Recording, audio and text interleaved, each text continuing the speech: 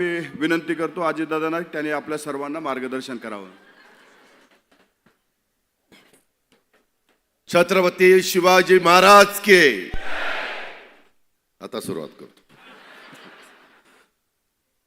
आपल्या पक्षाचे राष्ट्रीय कार्याध्यक्ष प्रफुल्ल पटेलजी, सुनील तटकरेजी, धीरज शर्माजी, ॲडव्होकेट सय्यद जलालुद्दीनजी, दिलीप वळसे पाटीलजी, हसन मुश्रीफजी, माणिकराव कोकाटेजी, नरहरी झिरवळजी, नवाब मलिकजी, बाबासाहेब पाटीलजी, धनंजय मुंडेजी, मकरंद पाटीलजी, अदिती तटकरेजी, नितीन पाटील, सुनेत्रा पवार, रुपाली चाकणकर, मुश्ताक अंतुले, सूर्यकाताई ठाकरे, शिवाजीराव आडराव पाटील, संजय काका पाटील, अनिल पाटील, संजय बनसोडे, सुबोध मोहिते, देविदास पिंगळे, माजी खासदार आणि विद्यमान आमदार प्रताप चिखलीकर, आनंद परांजपे यांची नावं माजी खासदार म्हणून मी घेतलेली आहेत. उपस्थित सर्व आमदार, सर्व माजी आमदार, सर्व जिल्हाध्यक्ष, प्रदेशचे सर्व फ्रंटलचे आणि सेलचे राज्याचे प्रमुख, त्याचबरोबर उपस्थित असणारे वेगवेगळ्या भागातून आलेले सगळे आमच्या महिला भगिनी, युवती, युवक, सगळे सहकारी आणि पत्रकार मित्रांनो, तसं बघितलं तर साईबाबांच्या पदस्पर्शाने पावन झालेल्या या पवित्र भूमीमध्ये मी राष्ट्रवादी काँग्रेस पक्षाच्या माझ्या सर्व सहकारी मित्रांचं, बंधू भगिनींचं मनापासून स्वागत करतो. आज आणि काल मी बघत होतो जवळपास 30 मान्यवरांनी आपापले विचार इथं मांडले. त्याचा उल्लेख सुरुवातीलाच प्रांताध्यक्षांनी केला. त्याच वेळेस तो आकडा 28 पर्यंत पोहोचला होता, कारण तटकरे साहेबांचं कालचनाचं भाषण झाल्यामुळे तर एकच धरलं आणि आपले प्रफुल्लभाई आणि नंतर मी, असं जवळपास इतक्या लोकांनी, 30 लोकांनी आपापली मतं, आपापले विचार मांडण्याचा प्रयत्न केला आणि खरोखरीच काही काही जणांनी अतिशय उत्तम पद्धतीनं मांडणी केली. मी पण आश्चर्यचकित झालो. बऱ्याचदा आपण ठराविकच लोक बोलत असतो, ठराविकच लोकांचं ऐकत असतो, परंतु नवीन पण टीम तयार झाली पाहिजे, नवीन पण संच तयार झाला पाहिजे. वेगवेगळ्या समाजाचं प्रतिनिधित्व करत असणारा पण सेक्युलर विचारधारेचा राष्ट्रवादी काँग्रेस पक्षाचा, अशा पद्धतीनं आपण गेले 2 दिवस त्यांना संधी दिली आणि त्यांनी आपापली मतं मांडली. एकंदरीतच या पक्ष संघटनेच्या वृद्धीसाठी आपण चर्चा करत होतो. त्यामध्ये अतिशय चांगल्या पद्धतीनं हे सगळी मतं मांडत असताना बऱ्याच जणांनी वेगवेगळे दाखले देण्याचा प्रयत्न केला. दिशा विकासाची वाट पुरोगामी विचारांची या संकल्पासह राज्यातील स्थानिक स्वराज्य संस्थांची निवडणुका कुठल्याही क्षणी सुप्रीम कोर्ट त्यांनी निकाल दिल्यानंतर लागणार आहे, त्याच्यावर ती जबाबदारी आपली सगळ्यांची आहे. आणि या निवडणुकीच्या पूर्वतयारीच्यासाठी आणि एकंदरीतच पुढची आपली नवसंकल्प शिबिर 2025 हे घेत असताना पक्षाची पुढची वाटचाल कशी असली पाहिजे याकरता साईनगरी शिर्डी येथे आपण हे शिबिर आयोजित केलं. यामध्ये मला आशुतोष काळे आज आपल्यामध्ये इथं तो थांबू शकला नाही, त्याची पहिलीच दौरा ठरलेला होता परदेशामध्ये, पण पहिल्यांदा संभाजीनगरमध्ये हे 2 दिवसाचं 18-19चं शिबिर होतं. पण काही कारणांनी थोडंसं जागेचा अडचण आली आणि त्याच्यातून नंतर अचानक हा निर्णय घेण्यात आला आणि त्याच्यात हे शिबिर इथं आपण शिफ्ट केलं. परंतु आशुतोषनी सुरुवातीला सगळं लक्ष दिलं. त्याच्यानंतर त्याच्या अनुपस्थितीमध्ये बाबासाहेब कोते असतील, सुजय जगताप, कपिल पवार, संग्राम कोते, अशोक सावंत आणि इतर अनेक सहकाऱ्यांनी कष्ट केले आणि कमीत कमी वेळेमध्ये या शिबिराचं नियोजन अतिशय चोखपणे पार पाडण्याचा प्रयत्न त्यांनी केला. आपण लिमिटेड लोकांना बोलवलेलं होतं. काल थोडीशी माझ्याकडे एक तक्रार आली की दुपारचं लंच असताना थोडं काही ठिकाणी संख्या दुपटीनंच वाढली. आपण काहीतरी 500 धरलेले होते ना, हजाराच्या पुढं संख्या झाली. त्यामुळं थोडंसं काहींची काल गैरसोय झाली, पण रात्री त्याची नोंद घेण्यात आली आणि आत्ताही संख्या जरा जास्तच दिसते. जरा वाढवलेलं बरं होईल असं, कारण बघा ना मागे बरेच जण उभे आहेत. तर त्या पद्धतीनं आपण सगळेजण करतोय. मी या शिबिराच्या नियोजनासाठी आशुतोष काळे हे तिकडे गेल्यानंतर त्यांना मी सांगितलेलं होतं, आशुतोष तू नसला तरी तुझे टीम तिथं असली पाहिजे. आणि त्यांचा स्टाफ फार मोठा सहभाग त्यांनी गेले 7 दिवस, म्हणजे तटकरे साहेबांनी सूचना केल्यानंतर रात्रंदिवस ही लोक इथं राबत होती आणि त्याच्यामुळं त्यांचंही मी मनापासून कौतुक करतो. त्याचबरोबर आपल्या संघटनेचे शिवाजीराव गर्जे, संजय बोरगे, सूरज चव्हाण, लतीफ तांबोळी, संजय तटकरे या सगळ्या टीमनी पण तटकरे साहेबांच्या नेतृत्वाखाली, मार्गदर्शनाखाली एक चांगल्या प्रकारचं शिबिर इथं आयोजित केलं. त्याबद्दल व्यक्तिशः माझ्या वतीनं, सर्व माझ्या राष्ट्रवादी काँग्रेस पक्षाच्या सहकाऱ्यांच्या वतीनं त्यांना मनापासून धन्यवाद देतो. त्यांच्या मनापासून मी आभार देखील मानतो. एकंदरीत काल तटकरे साहेबांनी सुरुवात केली, त्यांनी काही भूमिका मांडली. संदीप चव्हाण, सयाजीराव शिंदेंनी एक सांगितलेलं बरं आहे.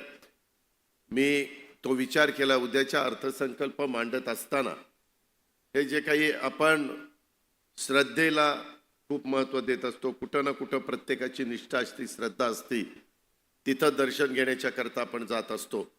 आणि त्याच्यावर ते रोपाचं जे काही सांगितलं, मी आता वन खातं आणि काही लोकांना घेऊन बसतो, पण ते केलं तर आज पर्यावरणाचा जो असमतोल होतो, ग्लोबल वॉर्मिंगचं संकट आहे. काही जण तर सांगतात, परवा माणिकराव कोकाटे, आम्ही आपले पंकजाताई, आम्ही सगळेजण बारामतीच्या शिबिराला होतो, तिथं तर काही तज्ज्ञांनी सांगितलं की पुढं पाऊस सारखाच पडत राहणार आहे. फार विचित्र परिस्थिती होणार आहे. पुढं काय होईल ते सांगता येत नाही, पण हे ग्लोबल वॉर्मिंगचं संकट आहे, त्याची जबाबदारी आपली सगळ्यांची आहे. त्याच्यामुळे भावी पिढीचं नुकसान होऊ नये आणि म्हणून काही सूचना अतिशय विधायक अशा पद्धतीनं सयाजीरावांनी मांडलेल्या आहेत. त्याची पण नोंद, मी सगळ्यांची भाषणं आम्ही सगळेच जण ऐकत होतो, फार बारकाईनं ऐकत होतो. आज देखील काल एवढी सकाळी इतक्या वाजता सुरू होणार म्हणून प्रांताध्यक्षांनी सांगितलेलं होतं. मेन प्रांताध्यक्ष जवळपास सारखेच आलो, तुमच्या मागे मी अर्धा मिनिटच होतो, त्याच्यामुळं मी वेळेत आलो. परंतु मला मुश्रीफ साहेबांचं, बाबासाहेब पाटलांचं, माणिकराव कोकाटेंचं विशेष अभिनंदन करायचं की ते वेळेत आले. बाकीचे मंत्री उशिरा आले, ते जाऊ द्या, पण हे वेळेच्या आधी तुम्ही सगळेजण इथं आला. माझं म्हणणं आहे की कधीतरी अशा प्रकारचा प्रसंग असतो, सर्वांनी पक्षासाठी वेळ देणं गरजेचं आहे. पक्ष म्हणून, एक परिवार म्हणून आपण ज्यावेळेस काम करतो, माणिकरावांची तर सगळ्यांना नाशिककरांना पण ओळख आहे, किती दुपारी कितीला तयार होतात. दिलीप, हसू नको, पण ते पण आज लवकर आलेले होते. नरहरी तुम्ही नव्हते आले वेळेत. तर सर्वांनी याची नोंद घ्यावी, कार्यकर्त्यांनी पण नोंद घ्यावी. सकाळी सुरुवात कामाला केलेली, आम्हालाही वाटायचं की आम्ही फार लवकर सुरुवात करतो, आमदार लोकांना माहिती असेल. परवा पंतप्रधानांनी असंच आम्हाला 3 तास वेळ दिला सगळ्या महायुतीच्या आमदारांना, आणि ते त्यांचे वेगवेगळे अनुभव सांगत होते, आम्ही ते ऐकत होतो. समोरनं काही जण प्रश्न विचारत होते. आपले विक्रम काळेजी देखील तिथं प्रश्न विचारायचा प्रयत्न करत होते. आणि तिथनं माझ्या मनात आलं की बाबा, सगळे मला म्हणतात, दादा तुम्ही पहाटे उठता, लवकर कामाला लागता. म्हटलं पंतप्रधान कधी उठतात ते तरी बघू. त्यांना मी विचारलं, साहेब आपण PM साहेब आपण कितीला उठता? ते म्हणले, मी 3.5 तास झोपतो, 3:30ला उठतो. रोज योगा किंवा वेगवेगळ्या पद्धतीनं व्यायाम हा माझा असतोच. मी शरीराला वेळ देतो. त्यांनी तर आम्हाला सगळ्यांना सांगितलं, मी पण तुम्हाला सांगतो की ते तितकंच महत्त्वाचं आहे. प्रत्येकाने आपल्या परिवाराचं वर्षातनं एकदा पूर्णपणे संपूर्ण चेकिंग हे करून घेतलं पाहिजे. तुमची माझी तब्येत चांगली असेल तर पुढं आपण काम करू शकतो. तब्येत एकदा ढासळली तर किती तुमचा कामाचा उरक असला तर कुणी तुम्हाला ते काम होऊन देत नाही आणि लोक लगेच पाठी फिरवत असतात. हा मनुष्य स्वभाव आहे, हे पहिल्यापासून चालत आलेलं आहे. आणि त्याच्यामुळं ह्या सगळ्या काही चांगल्या गोष्टी ज्यावेळेस कानावर येतात त्याबद्दलची नोंद घेतली पाहिजे. त्यांना झोपच कमी आहे आणि सतत देशाचा विचार करत असतात. कसं आपलं $5 ट्रिलियन ही इकॉनॉमी होईल, वेगवेगळ्या भागाचा विकास कसा होईल, अशा बऱ्याच गोष्टी त्यांनी सांगितल्या.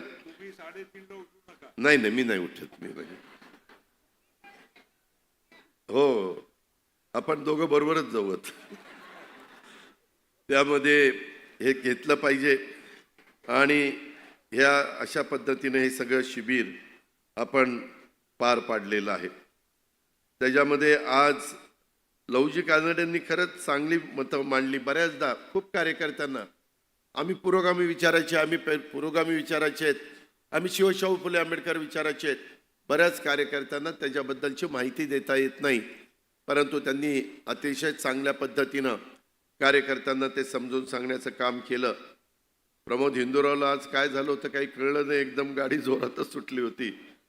पण मी त्याला भाषण करायला लागलं की मी तटकरींकडे विचारले, ही कशाला उठ? ते म्हणले नाही नाही, त्यांना आज भाषण करायचं आहे.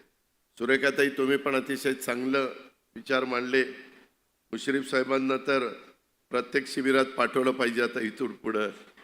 धनंजय मुंडेंची गाडी जे मधी असं वावटं उठलेलं होतं, त्या सगळ्याला पूर्णविराम देण्याचं काम आजच्या वक्तृत्वानं, आजच्या भाषणाने त्या ठिकाणी धनंजय तू केलेलं आहे.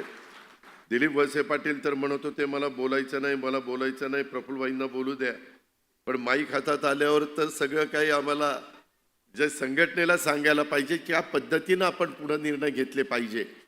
त्याची नोंद खरोखरीच आपण सगळेजण मिळून ह्याची नोंद घेतलेली आहे. आणि तटकरे साहेबांचं आणि प्रफुल्लबाईंनी आत्ता केलेलं मार्गदर्शन, अशा पद्धतीनं हे सगळे भाषणं तुम्ही सगळ्यांनी ऐकलेली आहे. मला तुम्हाला सगळ्यांना एक प्रथम गोष्ट सांगायची की येणाऱ्या नगरपालिका, महानगरपालिका, जिल्हा परिषद, तालुका पंचायतीच्या निवडणुकीच्या निमित्तानं आपल्या राष्ट्रवादी काँग्रेस पक्षाच्या प्रत्येक कार्यकर्त्यांनी जे कोणी ह्या पदाच्या करता इच्छुक आहात किंवा काही इथं नसतील पण आपापल्या भागात ते इच्छुक आहेत, त्यांना उमेदवारांनी, त्या सगळ्या उमेदवारांनी किंवा पदाधिकाऱ्यांनी एक जबाबदार कार्यकर्ता निवडला पाहिजे आणि त्याच्याकडे 25 घरांची जबाबदारी निश्चित केली पाहिजे. आणि तो कार्यकर्ता 25 घरामध्ये सरासरी साधारण 4 मतं तुम्ही धरली तर 100 मतदारांच्या पर्यंत पोहोचेल. यंदा बहुतेक निवडणूक ही प्रभागावर होणार आहे. नगरपालिकेला ती वॉर्ड वाईज होईल. नगरपंचायतीकडच्या राहिल्या असतील तर त्या वॉर्ड वाईज होतील.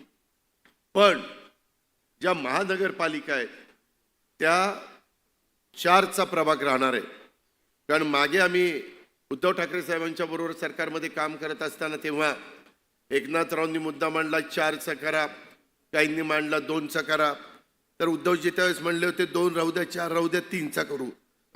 आणि त्यावेळेस आपण 3चा केलेला होता.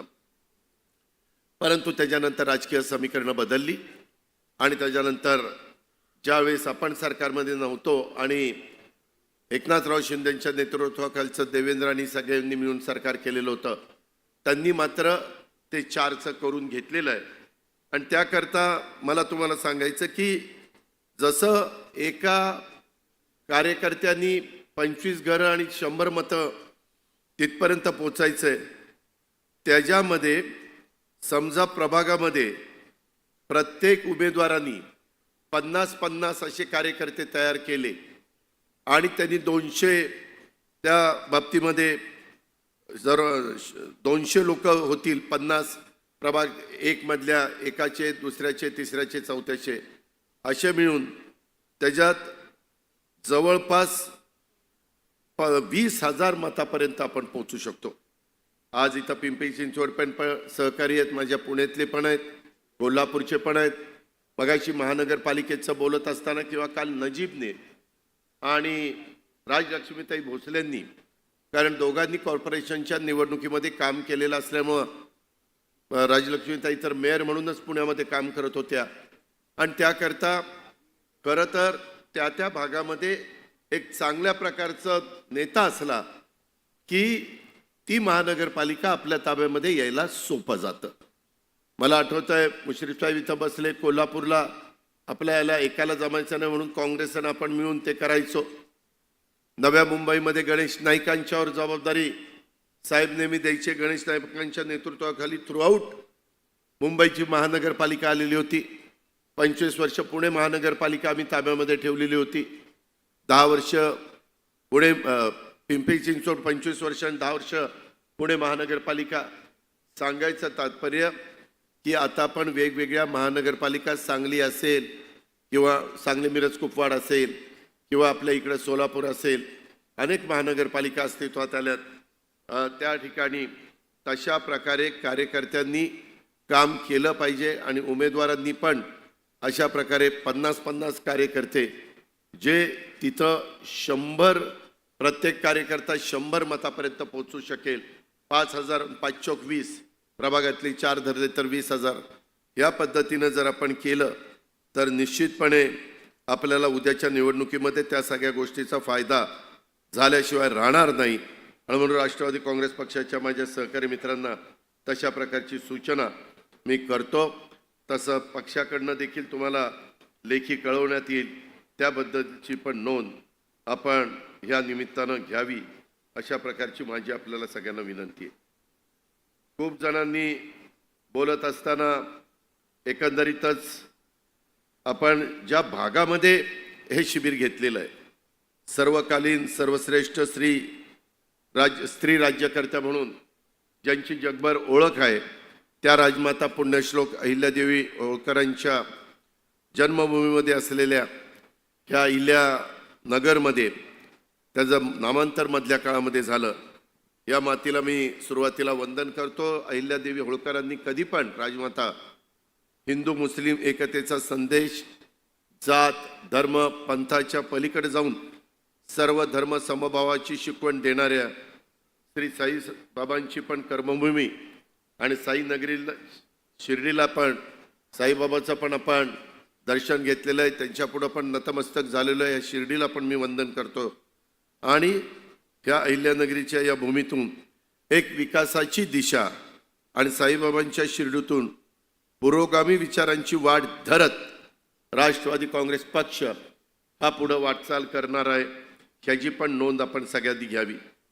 तुम्ही 2 दिवस पूर्ण वेळ त्या ठिकाणी बसण्याचा प्रयत्न केला. प्रमुख नेत्यांनी आपले वक्त्यांनी आपापले विचार त्या ठिकाणी मांडले. आता आज ह्या शिबिराचा समारोप होत असताना नवसंकल्पाच्या ध्येयपूर्तीसाठी स्वतःला झोकून देऊन पक्षाच्या वाढीसाठी झपाटून काम करण्याची ही सुरुवात आहे. त्याचा उल्लेख अनेकांनी आपल्या भाषणामध्ये त्या ठिकाणी केला. आपल्याला पक्ष संघटन वाढवण्यासाठी आज पण काही माझ्या सहकारी मित्रांनी सांगितलं की अधिकाधिक तरुणींना, अधिकाधिक माता भगिनींना, डॉक्टर, वकील, व्यापारी, उद्योजक अशा अनेक घटकांना पक्षात आणणं आणि पक्षकार्यात सक्रिय ठेवणं यासाठी आपल्याला सगळ्यांना कामाला लागण्याची ही सुरुवात आहे. आणि येणारा काळ हा राष्ट्रवादी काँग्रेस पक्षाचा काळ असला पाहिजे हे आपण आपल्या सगळ्यांनी लक्षामध्ये ठेवलं पाहिजे. आपापल्या गावात परतल्यानंतर आदेशाची वाट न बघता पक्षवाढीच्या कामाला आपण त्या ठिकाणी लागावं. आणि राज्यातल्या प्रत्येक गावात साधारण चौकात नाक्यावर देखील पक्षाचा बोर्ड आणि पक्षाचा झेंडा लागेल. प्रत्येक गावात आळीत गल्लीत पक्षाचा नवीन सक्रिय कार्यकर्ता या निमित्तानं तयार होईल यासाठी देखील आपण काम केलं पाहिजे. बऱ्याचदा मागे आपण तशा प्रकारचा कार्यक्रम घेतला होता, परंतु आता बऱ्याचशा ठिकाणी बोर्ड त्या राष्ट्रवादी काँग्रेस पक्ष आपलं स्वागत करत आहे अशा पद्धतीचे बोर्ड आपल्याला पाहायला मिळत नाही. इव्हन सूरज पण इथे युवकमध्ये देखील ते आपल्याला पाहायला मिळालं पाहिजे.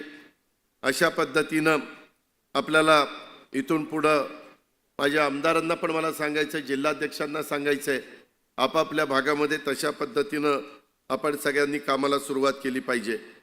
यासाठी आपल्या गावात, शहरात, तालुक्यात, जिल्ह्यात महत्त्वाचं म्हणजे स्वतःच्या घरात भावकीत पक्ष वाढवण्याचा आणि पक्षाचा पुरोगामी विचार हा पोचवण्याचा प्रयत्न केला पाहिजे. नाहीतर काय होतं, बऱ्याचदा अनेकांच्या बाबतीत असं बघितलंय, कार्यकर्ता पक्ष वाढायला बाहेर पडतो पण तेव्हा हा असतो एका पक्षात त्याची बायको दुसऱ्या पक्षात, मुलगा तिसऱ्या पक्षात आणि मुलगी अपक्ष आणि भावकीचा विरोध असं त्या ठिकाणी होता का म्हणे, हे अजित पवार सांगतो. तर त्याच्यामुळं तुम्ही या गोष्टीची नोंद सगळ्यांनी घ्यावी. एक एक करत घरातल्या, दारातल्या, कुटुंबातल्या, गावातल्या सर्वांना सोबत घेऊन आपल्याला आपला राष्ट्रवादी काँग्रेस पक्ष, आपल्या पक्षाचं घड्याळ हे वाढवायचं आहे. त्यासाठी आतापासूनच आपण कामाला लागलं पाहिजे. स्थानिक स्वराज्य संस्थांच्या निवडणुका लवकर लागतील, त्या दृष्टिकोनातून आपण कामाला लागलं पाहिजे. एक मी बघितलं कालच्या लोकसभेच्या निकालाचा उल्लेख ज्यावेळेस प्रफुल्लबाईंनी केला त्यावेळेस मला पण, किंवा आम्ही सगळेच, माणिकराव कोकाटे काही लाखांनी मागं होते, मी पण 48,000 लोकसभेला मागं होतो, असे अनेक जण वेगवेगळ्या पद्धतीनं मागं होते. परंतु सगळ्यांनी प्रयत्न केला आणि स्थानिक तरुणांच्या मध्ये बूथ प्रमुख आणि पन्ना प्रमुखाची नियुक्ती आणि त्याच्या नावाची यादी वगैरे या जर गोष्टी आणि बूथ प्रमुखाला आपण, मी आता जरा बारामतीमध्ये गेल्यानंतर असंच करतो, व तिथला बूथ प्रमुख कोण आहे आणि त्यांनी मला सांगावं की त्या गावामध्ये काय समावेश, सर्व झाला त्याचा मान सन्मान मी देतोच, तो दिलाच पाहिजे, त्याशिवाय चालणारच नाही. परंतु आपण बूथ प्रमुखाला मान सन्मान द्यायला लागलो तर आपोआप त्याचं महत्त्व त्या ठिकाणी गावामध्ये वाढतं. आणि यांनाही वाटतं की फक्त निवडणुकीच्या पुरतंच आम्हाला राबवून घेत नाही, तर नंतर पण आम्हाला पक्षामधनं आणि नेतृत्वाकडनं मान सन्मान मिळतो, ह्याची पण नोंद सर्व भागातल्या माझ्या लोकप्रतिनिधींनी या निमित्तानं घेतली पाहिजे. अशा प्रकारची माझी आपल्याला सगळ्यांना आग्रहाची विनंती आहे. एक लक्षात ठेवा, हा महाराष्ट्र आहे, त्याच्यामध्ये शिवशाहू फुले आंबेडकरांच्या महाराष्ट्र, एकता, त्याच्यामध्ये समता, बंधुतेचा विचार इथल्या मातीमध्ये खूप खोलवर त्या ठिकाणी रुजलेला आहे. इथं जातीय द्वेष, धार्मिक हिंसेला तसं बघितलं तर स्थान नाही. तशा पद्धतीचे राजकारण काही दिवस चालेल, परंतु दीर्घकाळ लोकांच्या मनामध्ये राहायचं असेल तर या सर्वांना बरोबर घेऊन जावं लागेल. काही घटना महाराष्ट्रामध्ये घडतायत, त्याचा उल्लेख काही माझ्या सहकाऱ्यांनी केला आहे, त्याची नोंद पण आपण त्या ठिकाणी घेतलेली आहे. परंतु येणाऱ्या काळामध्ये समाजातला शेतकरी, कष्टकरी, विद्यार्थी, व्यापारी, उद्योजक, तरुणांच्या, माता भगिनींचे प्रश्न आपल्याला सोडवायचे आणि दलित, आदिवासी, ओबीसी, अल्पसंख्याक, दुर्बल, वंचित, उपेक्षितांच्या बांधवांच्या कल्याणाच्यासाठी समाज घटकांच्या जीवनात बदल घडवून आणायचं, याच्यामध्ये राज्याची सत्ता आपल्याला उपयोगात आणायची. आपल्याला बहुमत प्रचंड मिळाले. कधी राज्याच्या इतिहासामध्ये एवढं बहुमत कुठल्या युतीला किंवा आघाडीला कधी मिळालेलं नव्हतं किंवा कुठल्या पक्षाला मिळालं नव्हतं. ते आता जनतेने दिले, जनतेने त्यांच्याकडची जबाबदारी पार पाडलेली. आता जबाबदारी आपल्यावर सगळ्यांच्यावर आहे. मी अर्थमंत्री म्हणून त्याचा सातत्याने विचार करतो. आज शिबिर संपल्यानंतर देखील मी बारामतीला जाऊन बक्षीस वितरण करून मुंबईला जाणार आहे. मला आता उद्यापासून वेगवेगळ्या डिपार्टमेंटला मी एकत्र करून भेटून चर्चा करणार आहे. पण माझी तुम्हाला सगळ्यांना विनंती आहे, आधी ती काल बोलत असताना तिने सांगितलं, लोकसभेच्या निकालाच्या नंतर ज्यावेळेस आपण जरा हतबल झालो होतो, नाउमेद कार्यकर्ता होतो का काय, थोडासा तो सगळा विचार करायला लागलेला होता. आणि त्याच्यातून आपण दोन महत्त्वाच्या योजना आणल्या. एक लाडकी बहीण योजना, जी महाराष्ट्रातल्या तमाम माझ्या लाडक्या बहिणींनी आपलीशी त्यांना वाटली आणि त्यांच्यापर्यंत आपण पोचायचा प्रयत्न केला आणि त्याचा फार चांगला परिणाम महायुती सत्तेवर येण्याच्या करता झाला. तसंच माझ्या 3, 5, 7.5 हॉर्सपॉवरच्या जो माझा शेतकरी आहे, काळ्याईची इमाने बरे सेवा करणारा, त्याला तिथं काम करत असताना मोफत वीज देणं, त्याच्यात पण चांगला फायदा माझ्या शेतकरी वर्गाचा झालेला आहे. पण त्यावेळेस वेळ कमी होता आणि वेळ कमी असेपर्यंत आम्हाला महिला बाल विकास विभागातर्फे महिलांच्यापर्यंत पोचवायचं होतं. पुढच्या तारखा आचारसंहितेच्या येत होत्या. आम्ही जाहीर केल्यानंतर कसं करायचं, काय करायचं, त्याच्याकरता IT विभागाला घेऊन शिवराजसिंह चव्हाण साहेबांशी पण जरा चर्चा करून आम्ही त्यांनी काय केलं, आपण काय केलं पाहिजे, अशा पद्धतीनं ह्या सगळ्या गोष्टी केल्या. मगाशी मुश्रीफ साहेबांनी सांगितलेली गोष्ट खरी आहे. ज्यावेळेस वैयक्तिक एखादा लाभ त्या लाभार्थ्याला मिळतो त्यावेळेस ते लक्षात ठेवतो. जनरल तर कामं किती केलं तर लोक म्हणतात त्यांचं कामच आहे केलं म्हणून काय बिघडलं. पण इंडिव्हिज्युअल लाभ वेगवेगळ्या योजनांचा मिळाला तर मग मात्र तो ते ध्यानामध्ये ठेवतो. आणि ते माझ्या राष्ट्रवादी काँग्रेस पक्षाच्या कार्यकर्त्यांनी किंवा माझ्या पदाधिकाऱ्यांनी किंवा माझ्या लोकप्रतिनिधींनी केलं पाहिजे. मित्रांनो, ह्या सगळ्या गोष्टी करत असताना आता बघा, मी आपल्याला थोडा सुतोवाच करतो. यंदाचा अर्थसंकल्प सादर करत असताना तो आपल्या राज्याला आर्थिक शिस्त, केंद्राने जे काही मीटर लावलेलं आहे की एकंदरीत तुम्ही किती कर्ज काढू शकता, तुमचं स्थूल उत्पन्न किती आहे, त्याच्यावर बऱ्याचशा गोष्टी त्या ठिकाणी असतात. आपला GST किती येतोय, आपल्याकडे काही महत्त्वाची खाती आहेत त्याच्यातनं उत्पन्न कसं वाढेल, मग GSTचं असेल, एक्साईजचं असेल. काही महत्त्वाचे लोकांना अन्न देण्याचं पण काम करण्याचं महत्त्वाचं खातं आहे, अन्न पिकवण्याच्या बद्दलचं पण कृषीसारखं महत्त्वाचं खातं आहे. असे अनेक किंवा उपचार चांगले करण्याच्या पण वैद्यकीय शिक्षण हे आपल्याकडे खातं आहे. अशी अनेक महत्त्वाची खाती आहेत. सहकार आहे, मी सगळ्या खात्यांचा उल्लेख करत नाही, महिला बाल विकास आहे. आणि त्याच्यामुळे ह्या खात्याच्या माध्यमातून देखील कसं आपल्याला ह्या योजना शेवटच्या माणसापर्यंत पोहोचवता येईल याबद्दल आपल्याला अधिक म्हणजे आमचे डिपार्टमेंट ते काम करतीलच, परंतु ज्याच्यातून लाभार्थ्याला मिळणार आहे ते मात्र आपल्याला करावं लागणार आहे. माझी तुम्हाला दुसरी एक विनंती आहे. वेगवेगळी चर्चा होती ज्याचा उल्लेख मगाशी मला वाटतं दिलीपरावांनी केला. योजना चालू राहणार का नाही राहणार, वेगवेगळ्या पद्धतीने प्रश्न विचारले जातात. काही काही गोष्टी निवडणुकीच्या जाहीरनाम्याच्या निमित्तानं होत्या, त्या खोलात मी जास्त जात नाही. त्यामध्ये मला एवढंच आपल्याला सांगायचं आहे, माझी लाडकी बहीण योजना ही योजना कुठल्याही परिस्थितीमध्ये आपल्याला चालू ठेवायची, त्याबद्दल आपण काळजी करू नका. पण ते चालू करत असताना तो लाभ आम्ही जे ठरवलेलं होतं त्या माझ्या महिलेला, गरजू महिलेला मिळाला पाहिजे. आणि त्याच्यामध्ये थोडंसं काय करता येईल, जी व्यक्ती श्रीमंत आहे, जी व्यक्ती इन्कम टॅक्स भरते, ज्या व्यक्तीचा ऊस बऱ्यापैकी जातो, नोकरी आहे, सगळ्या काही गोष्टी आहे, अशांच्या ठिकाणी मात्र थोडा वेगळा विचार आम्ही त्या बाबतीमध्ये करतोय. पण योजना ज्या खऱ्या अर्थाने माझ्या मायमाऊलींच्या पर्यंत पोचायला पाहिजे होती, माझ्या गरीब महिलेच्या करता मायमाऊली करता पोचायला पाहिजे होती, ते पोचण्याचं काम माझ्या महिला बालविकास खात्याने केलेलं आहे. आत्ताही काही जण म्हणत होते जरा जानेवारीमध्ये थोडंसं आम्ही माहिती घेत होतो, परंतु परवाच 3,700 कोटीचा चेक हा महिला बालविकासला दिलेला आहे. 26 तारखेच्या आत या महिलांना त्यांच्या DBTला पैसे येतील, ही पण खात्री मी आपल्याला या निमित्तानं सगळ्यांना देऊ इच्छितो.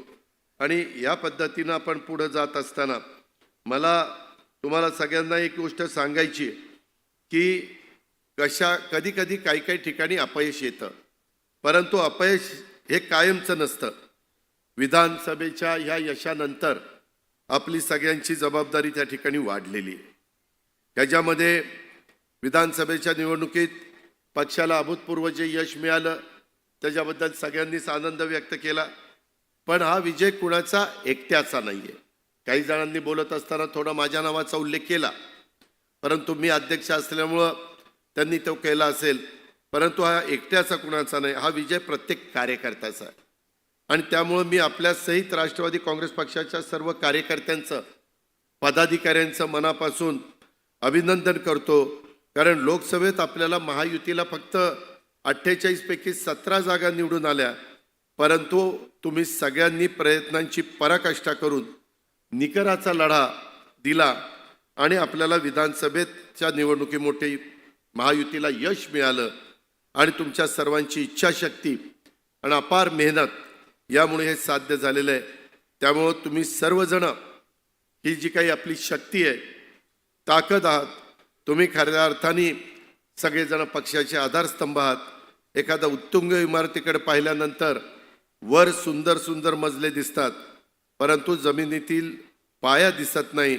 मात्र पायाचा एक एक दगड हा मोलाचा असतो आणि तेच मोल तुम्ही गेल्या निवडणुकीत मेहनतीच्या रूपानं दाखवून दिलं. त्याच्यामुळे मित्रांनो, कोणतंही यश अपयश हे कायम नसते हे आपण लक्षात घ्या. आता आपल्याला ह्याचं सातत्य टिकवायचं आहे.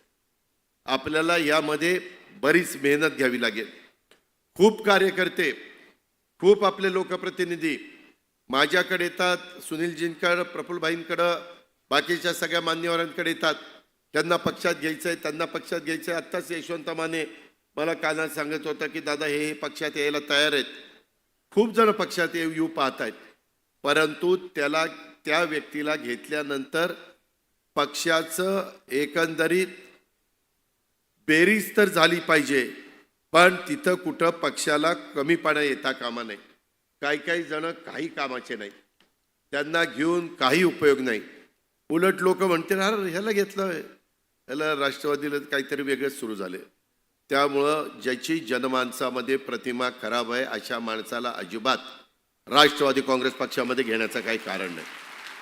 आणि सगळ्यांनी राष्ट्रवादी काँग्रेस पक्षातल्या सगळ्या नेत्यांना, पदाधिकाऱ्यांना मला तुम्हाला सगळ्यांना सांगायचं आहे की संघटनेमध्ये काम करत असणाऱ्या पण माझ्या सहकाऱ्यांना की कुठली गैरवर्तणूक ही कुणाकडनं होता कामा नये. जनमानसामध्ये तुमच्या माझ्या पक्षाची प्रतिमा मलिन होईल अशा पद्धतीनं कुणाचंही वर्तन हे असता कामा नये. चुकीचं कामकाज कुणी त्या ठिकाणी करू नये हे पण आपण सगळ्यांनी लक्षात घ्या. जर कुणी चुकीचं कामकाज केलं आणि ते लक्षात आलं तर त्याची हकालपट्टी करायला ते सिद्ध झालं की तो दोषी आहे तर आम्ही सरळ त्याची हकालपट्टी करू, मग काही त्याला तिथं ठेवणार नाही. त्यामुळे याची नोंद. मगाशी पण काही मला सांगत होते अमक्याला दादा घेऊया, म्हणलं अजिबात नाही, त्याला घ्यायचंच नाही, त्याचं त्याला लखलाप. अशा पद्धतीनं आपण पुढे जाऊ. पण काही भागामध्ये मी आपल्याला सगळ्यांना सांगतो, मागच्या काळामध्ये काही निर्णय झाल्यानंतर, सरकारमध्ये आपण सहभागी झाल्यानंतर विकासाकरता सहभागी झालेलो होतो. मतदारसंघाचा कायापालट करण्याच्या करता, मतदारसंघातले प्रश्न सोडवण्याच्या करता, मतदारसंघातल्या विकास कामाला जो स्टे आलेला होता तो स्टे उठवण्याच्या करता ह्या सगळ्या गोष्टी झालेल्या होत्या आणि तिथं आम्ही प्राधान्याने लक्ष दिलं आणि त्याच्यातून नंतर इथपर्यंत आपण पोहोचलेलो आहे. आता मात्र माझी आपल्याला सगळ्यांना विनंती आहे की इथून पुढं काम करत असताना आपल्याला फार व्यवस्थितपणे ह्या सगळ्या कामं करावी लागणार आहे. आणि मंत्री जे 10 आहेत त्यांना पण जे संघटना जबाबदारी देईल ती जबाबदारी व्यवस्थितपणे पार पाडावी लागणार आहे. तेवढा वेळ द्यावा लागणार आहे. आपल्याला सगळ्यांनाच थोडंसं जास्तीचं काम करावं लागणार आहे.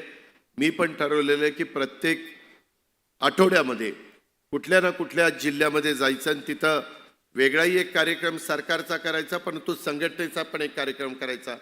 मी आत्ताच तटकरे साहेबांना सांगत होतो, मागं आम्ही सरकारमध्ये गेल्यापासून दर मंगळवारी, त्यावेळेस कधी एकनाथराव बुधवारी कॅबिनेट घ्यायचे, कधी मंगळवारी घ्यायचे, परंतु आता देवेंद्रजींनी सांगितलेलं आहे दर मंगळवारी 12 वाजता देवेंद्रजी फडणवीस जर महाराष्ट्रात असेल तर ती कॅबिनेट होणार. आता ते दावसला गेलेत त्याच्यामुळे ती परवा होऊ शकणार नाही. पण मंगळवारी देवगिरी बंगल्यावर साधारण 7 वाजता सगळ्या मंत्र्यांची राष्ट्रवादी काँग्रेस पक्षाच्या विधानसभा आणि विधान परिषदेच्या सगळ्या आमदारांची बैठक असते. या दोघांना अधिवेशन जर असेल तर ते ॲडजस्ट करतात किंवा ते येऊ शकत नाही, पण बाकीचे सगळेजण आम्ही असतो. त्याच्यामध्ये मी आता असं ठरवलेलं आहे की दर आठवड्याला तर आम्ही बसतोच, त्याच्यातनं चर्चा होते, आमदारांचे प्रश्न समजतात, पण दर महिन्याला कुठला तरी एक मंगळवार, मग अध्यक्ष महोदय पहिला मंगळवार निवडा, कुठला निवडायचा तो निवडा, त्यावेळेस हे पण येतील. पण त्या मंगळवारी सगळे आपले राष्ट्रवादीचे जिल्हाध्यक्ष हे त्या मीटिंगला आले पाहिजे. आपल्याला महिन्यातनं ते एकदा जिल्हाध्यक्ष आले की त्यांचंही काय काम चाललेलं आहे, त्यांनी पण काय काम केलं, कारण आता सभासद नोंदणी आहे, ती सभासद नोंदणी पण व्यवस्थितपणे झाली पाहिजे. पूर्वीच्या काळामध्ये मतदार यादी घ्यायची आणि सभासद नोंदणी चालायची, तसं ते चालणार नाही. त्यामध्ये संख्या कमी असली तरी चालेल, पण सभासद नोंदणी मगाशी प्रफुल्लभाईंनी सांगितलं तसं पण आपण करू. एक दिवस असा ठरवू की त्यावेळेस सगळ्यांनी चौकामध्ये आपापल्या भागामध्ये थांबायचं आणि सभासद नोंदणी त्या बाबतीमध्ये करायची. अशा पद्धतीनं आपण त्याच्यामध्ये पुढे जाऊ. परंतु महिन्यातनं एकदा सगळ्या जिल्हाध्यक्षांना बोलवलं जाईल. 60 का 65 जिल्हाध्यक्ष? हा, 59 60 बरे 70 आणि त्यांना मीटिंगलाही बोलवणार आहे, त्यांना जेवायलाही देणार काळजी. त्याच्यामुळं त्या पद्धतीनं आपण करूया आणि त्याच्यातनं आम्हालाही कळेल. तिथं आम्ही आता 288 मतदारसंघात खूप कार्यकर्ते, खूप सहकारी, दादा आम्हाला काम द्या. काही आमचे पराभूत आमदार पण म्हणतात आमच्यावर जबाबदारी द्या. काही जबाबदारी योग्य पद्धतीनं पार पाडण्याच्या करता निश्चितपणे त्यांच्यात तेवढी क्षमता आहे, तेवढी त्यांच्यामध्ये इच्छाशक्ती आहे. पण ह्यामध्ये 288 मतदारसंघामध्ये देखील जरी आपण ठराविक मतदारसंघात निवडून आलेलो असलो तर संघटना तर आपल्याला सगळीकडेच वाढवायची. आणि त्याच्यामुळं तिथं जो माणूस नेमला जाईल, तालुका अध्यक्ष, जिल्हाध्यक्ष वगैरे ते असतीलच, परंतु एक आपल्या प्रांतिककडनं जी व्यक्ती निवडली जाईल ते व्यक्ती तिथं असताना जिल्हा मंत्री तिथं गेल्यानंतर त्याला त्या बाबतीत कळलं पाहिजे. आम्ही यादी देऊ मंत्र्यांना कुठल्या कुठल्या जिल्ह्यात कुणाला नेमलेलं आहे आणि जिल्हाध्यक्षांची वगैरे पण यादी देऊ, जेणेकरून मंत्री त्या भागामध्ये गेल्यानंतर तिथल्या जिल्हाध्यक्षाला कळलं पाहिजे की आज मंत्री आलेला आहे आणि तो मंत्र्याच्या गाडीत जरा जिल्हाध्यक्षांना घेऊन फिरा, म्हणजे जिल्हाध्यक्षाचं पण महत्त्व त्या ठिकाणी वाढतं, त्याला एक समाजामध्ये किंमत मिळते. पण जिल्हाध्यक्षांनी तसंच वागा की मंत्र्याच्या गाडीत बसल्यानंतर उद्या कुठंतरी मंत्री परत गेल्यावर असा काय जिल्हाध्यक्ष वागेल की आम्हालाच विचार करावा लागेल. तसं काही करू नका, कारण तुमची पण जबाबदारी आहे, हे दोघांची जबाबदारी आहे. मंत्र्यांची पण जबाबदारी आहे आणि आमच्या जिल्हाध्यक्षांची पण जबाबदारी आहे. आणि मग आमच्या महिला अध्यक्ष असतील, बाकीचे सगळे सहकारी असतील, या प्रकारे आपल्याला त्याच्यामध्ये पुढं जावं लागणार आहे, ह्याची पण नोंद आपण सगळ्यांनी घ्यावी. आज मुश्रीफ साहेबांनी साधारण त्यांच्या निवडून येण्याच्या मागचं गणित हे आपल्याला गुपित उघड त्या ठिकाणी केलं. मी आता काय करतोय, मी आता माझ्याकडं पूर्वी काटकर म्हणून होते, ते रिटायर झाले, त्यांना मी माझ्या ऑफिसला घेतलंय. आता गजानन पाटील होते, ते आता CEO झालेत पुढे जिल्हा परिषदेचे. त्याच्यामुळं मी मोघे एक पूर्वी माझ्याकडे होते, मला वाटतं सुनील तटकरे साहेबांच्याकडे पण होते ऊर्जा खात्याचे मंत्री असताना. चांगली व्यक्ती आहे आणि काही इतर पण स्टाफ घेतलेला आहे. आज मी 2 कक्षीय सेल आपल्या लोकांच्या करता, महाराष्ट्रातल्या जनतेच्या करता उघडलेले आहेत. त्यामध्ये हे सेल पक्षाच्या स्तरावर असतील आणि माझ्या आणि राष्ट्रवादीच्या प्रत्येक मंत्र्याच्या पण कार्यालयामध्ये असतील. पहिला कक्ष वैद्यकीय सहाय्यता कक्ष, जे काम आमचे मुश्रीफ साहेब करतात, इव्हन गिरीश महाजन पण ते काम मोठ्या प्रमाणावर करतो, अनेक जण करतात, पण ते ठराविक मतदारसंघात चालतं. माझं म्हणणं आहे की इतरही मतदारसंघामध्ये ते चाललं पाहिजे, म्हणून तो सेल आपण त्या ठिकाणी उघडतोय. आणि त्याच्यामध्ये नेमण्यात येणाऱ्या आरोग्य दूताची विविध योजना, माहिती, त्यासाठी अर्ज, कागदपत्र याची माहिती दिली जाईल. यासाठी एक ॲप आपण तयार करतोय, त्याला तुम्हाला ॲक्सेस हा दिला जाणार आहे. रुग्णांचा आजार, खर्च, त्यांच्या नातेवाईकांची माहिती तुम्ही आहेत तिथून त्यात भरली की झाले. मंत्रालयात यायची गरज नाही. पक्षाचा आणि माझ्या कार्यालयाचा सेल तुम्हाला त्याबाबत सर्व मार्गदर्शन, मदत करेल आणि पेशंटवर उपचार आणि मुख्यमंत्री सहाय्यता निधीतून मदत याही बद्दलची कारवाई त्या बाबतीमध्ये करेल. तेव्हा पुढच्याच महिन्यात प्रत्येक जिल्हाध्यक्षांनी आपापल्या जिल्ह्यात स्वेच्छेने आरोग्य दूत म्हणून काम करण्यास इच्छुक कार्यकर्त्याची नावं शोधावीत आणि त्या नियुक्त करून आपणास काम सुरू करायचे. मी राज्याचा अर्थसंकल्प मार्चमध्ये मांडणार आहे, त्याआधी हा कक्ष पूर्ण क्षमतेने कार्यान्वित झाला पाहिजे. त्याच्यामध्ये मला जिल्हाध्यक्षांची सगळ्यांची मदत लागणार आहे, मंत्र्यांची पण मदत लागणार आहे. आणि दुसरा कक्ष मी उघडतोय तो वचनपूर्ती कक्ष. विधानसभेच्या 2024 दरम्यान मी आणि आपल्यापैकी बरेच जण या प्रचारासाठी फिरत होतो, ज्याचा उल्लेख मगाशी धनंजयने केला. आणि आपण एकमेव पक्ष असा होतो, तुम्हाला आठवत असेल की आपण प्रत्येक मतदारसंघात स्वतंत्र जाहीरनामा दिलेला होता आणि वचनं दिलेली होती, त्या वचनांची पूर्तता 5 वर्षामध्ये आपल्याला करायची. काही ताबडतोब करण्यासारखी आहेत, काही लॉंग टर्म वेळ लागणारी आहेत. राष्ट्रवादी हा वचनपूर्ती करणारा पक्ष अशी प्रतिमा ह्याच्यातून आपल्याला निर्माण करायची आणि त्यासाठी पक्ष कार्यालयात आणि माझ्या कार्यालयात आणि प्रत्येक राष्ट्रवादीच्या मंत्र्याच्या कार्यालयात एक पदाधिकाऱ्याची आणि अधिकाऱ्याची नियुक्ती करून त्यांच्याकडं वचनपूर्ती कार्यवाहीचं पण काम आपल्याला द्यायचं आहे. मंत्र्यांनी ते जिथून निवडणूक लढले त्या मतदारसंघातील वचनपूर्तीचा भाग पाहावा आणि उर्वरित मतदारसंघातील वचनपूर्तीत जिथे जिथे त्यांच्या विभागाची मदत लागेल आणि जे डिपार्टमेंट आपल्याकडे आहेत त्यांनी माझं कार्यालय मंत्र्यांचं मतदारसंघ सोडून उर्वरित मतदारसंघामध्ये वचनपूर्तीसाठी प्रयत्नशील राहील आणि याच्यातून आपण त्या आश्वासनाची पूर्तता करायची आहे. मी उपलब्ध करून त्याच्यामध्ये देईलच. येत्या गणेशोत्सवापर्यंत प्रत्येक मतदारसंघात किमान एक तरी आश्वासन राष्ट्रवादी काँग्रेस पक्षाच्या आमदाराच्या मतदारसंघामध्ये किंवा पराभूत झाला आमदार पण तिथं विरोधी जरी आमदार असला तरी तिथं आपल्याला भरीव अशी कृती आपल्याला करायची आहे आणि या वचनपूर्ती कक्षाने यावर सर्व देखरेख ठेवायची. माझ्या कार्यालयाशी कक्षाची समन्वय त्या ठिकाणी त्यांनी ठेवायचा आहे. तटकरे साहेब, तुम्हाला ज्यावेळेस वेळ असेल त्यावेळेस मी माझी टीम पण पाठवतो, तुम्ही त्यांना किंवा मंत्रालयात या, आपण तिथे एकत्र बसून इकडं संघटनेचं कोण बघेल, माझ्या इथनं कोण बघेल, अशा पद्धतीने हे 2 कक्ष, एक म्हणजे वैद्यकीय सहाय्यता कक्ष आणि दुसरा वचनपूर्ती कक्ष, हा जनतेचे प्रश्न सोडवण्याच्या करता, कारण आता बऱ्याच जणांना तारखा दिलेल्या आहेत अध्यक्षांनी आणि त्यावेळेस त्यांचा जनता दरबार असे काही जण यायला लागलेले आहेत, परंतु बाकीच्यांनी पण वेळ दिला पाहिजे मंत्र्यांनी आणि जनता दरबाराच्या वेळेस त्यांनी त्या ठिकाणी हजर राहिलंच पाहिजे.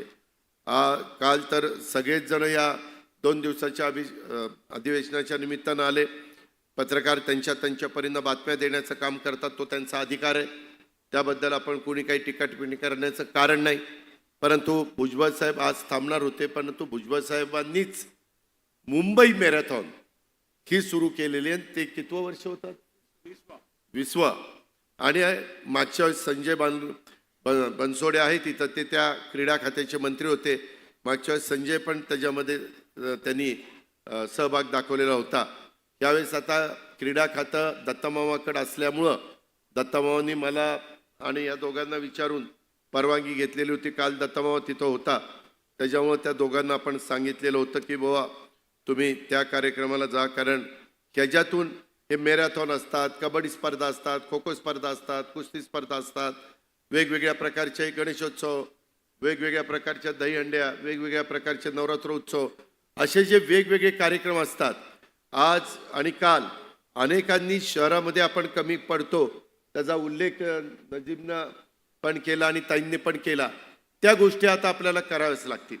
मुंबईच्या संदर्भामध्ये आत्ताच माझं प्रफुल्लभाईंचं बोलणं झालं की उद्या परवा नवाबभाई आणि काही सहकारी मित्रांना घेऊन मुंबईच्या संदर्भामध्ये आपण बसू आणि त्याच्यातनं त्या ठिकाणी मार्ग काढू. बऱ्याचदा एखादी बातमी येते आणि दुसरी त्याच्याबद्दलची माहितीच नसते आणि विरोधक तर अलीकडे ठोकून काही पण बोलायला लागले. आता कितीतरी तारखेला 16 का काहीतरी तारखेला एक सिनेस्टार आहे, त्याच्यामध्ये सैफ अली, त्याच्या घरामध्ये एक चोरटा शिरलेला होता आणि तिथं हल्ला झाला, त्याला तिथं जखम झाली. काहींनी स्टेटमेंट करून टाकली, मुंबईची कायदा सुव्यवस्था ढासळली. आता एका घरात एक चोरटा शिरला की लगेच कायदा सुव्यवस्था ढासळली, हे होता कामा नयेच. त्याबद्दल मी समर्थन करत नाही त्या चोरट्याचं, पण पोलीस यंत्रणा एवढी कामाला लागली आणि काल तो पठ्ठ्या त्या ठाण्यामध्ये सापडला. सगळं कबूल केलं. कुठला 8 महिन्यापूर्वी बांगलादेश सोडून इकडं कलकत्त्याला आला. कलकत्त्यावरून मुंबईचं बरंच ऐकलं होतं म्हणून जीवाची मुंबई करायला मुंबईत आला. हाऊसकीपिंगचं काम केलं. त्या हाऊसकीपिंगचं काम ज्या एजन्सीकडे केलं त्यांनी त्याचं आधार कार्ड बघितलं नाही, त्याचं काही शहानिशा करायची होती ती केली नाही, त्यालाही आता उचललेलं आहे. त्याच्यामुळं तिथनं आल्यानंतर इकडं तिकडं फिरत होता आणि सगळे दागेदोरे पोलिसांनी काढले आणि तो आता सापडलेला आहे. त्याला माहिती पण नव्हतं कुठल्या नटाचं घर आहे का नटीचं घर आहे. ते आपला त्यांनी कुणीतरी त्याला सांगितलं होतं इथं सगळे श्रीमंत लोक राहतात आणि त्याच्यामुळे तो तिकडे गेला आणि त्याला एक डग दिसला आणि त्या डगमधनं तो आत शिरला. असं ते सगळं आहे. सांगायचं तात्पर्य की तुमच्या माझ्या महाराष्ट्रातली कायदा सुव्यवस्था चांगली राहण्याच्या करता हे महायुतीचं सरकार जाणीवपूर्वक प्रयत्न त्या ठिकाणी करत आहे. या निवडणुकीचा निकाल लागल्यानंतर विरोधकांनी त्यांना मुद्दाच राहिला नाही. आपले 17 आणि त्यांचे 31 निवडून आल्यानंतर आपण एकानी की बाबा आमचं EVM खराब होतं म्हणून आम्ही पराभूत झालो, आम्हाला कळलं आम्ही 48,000 मतांनी कमी पडलो, याचा अर्थ मतदारांनीच ठरवलेलं होतं आम्हाला मतदान नाही करायचं. पण त्याच्यात वेळ न घालवता पुन्हा ते दुरुस्त कसं करता येईल अशा पद्धतीचा प्रयत्न सगळ्यांनी त्या बाबतीमध्ये चालवला आणि त्याच्यातनं आपण हे यश त्या बाबतीमध्ये मिळवलेलं आहे. ही गोष्ट लक्षात घ्या. पण निकाल लागल्यानंतर यांनी सगळ्यांनी विरोधकांनी EVM ते आमच्या माळशिरस तालुक्यातले पण कुठलं गाव, त्या गावाचा पण उल्लेख करून तिथं मार्कडवाडी त्याच्याबद्दल पण सगळं काही सांगितलं. आता बघा नवीन मुद्दा कुठला आला की लगेच ते देतात सोडून. फेक नरेटिव्ह सेट करण्याचा प्रयत्न सातत्याने, मगाशी संविधानाच्या बद्दल पण जी फिल्म दाखवली गोरक्ष आणि या सगळ्यांनी पार्थ वगैरेंनी पुढाकार घेऊन, त्यामध्ये देखील संविधानाच्या बद्दल आत्ता काही 317व्या कलमाच्या बद्दलचा उल्लेख करत असताना प्रफुल्लभाईंनी पण या गोष्टीचा विचार केला. आपण शिवशाहू फुले आंबेडकरांच्या विचारधारेचेच आहोत, कालही होतो, आजही आहे आणि उद्याही तसंच राहणार. आपण ती विचारधारा बदलणार नाही. ही गोष्ट अतिशय तुम्ही लक्षामध्ये ठेवा. त्यामध्ये तसुबर पण कुठला बदल त्या ठिकाणी होणार नाही, हे आपण सगळ्यांनी लक्षामध्ये ठेवलं पाहिजे. आणि कारण नसताना निकाल चांगले लागले की EVMचं बोलायचं नाही. दिल्लीचा निकाल तिकडे लागला त्या केजरीवालच्या बाजूने काही बोलणार नाही, पंजाबचा लागला केजरीवालच्या बाजूने काही नाही, ममताचा लागला तिकडं काही नाही. आणि जर एखादं राज्य गेलं ते त्यांनी स्वप्नच बघितलेली होती. अहो तुम्हाला माहिती नाही, आम्ही आदल्या दिवशी बसलो असताना TV ला बघायचो, यांनी खातेवाटप केलेलं होतं, फक्त मुख्यमंत्री कोण करायचं ते चाललेलं होतं.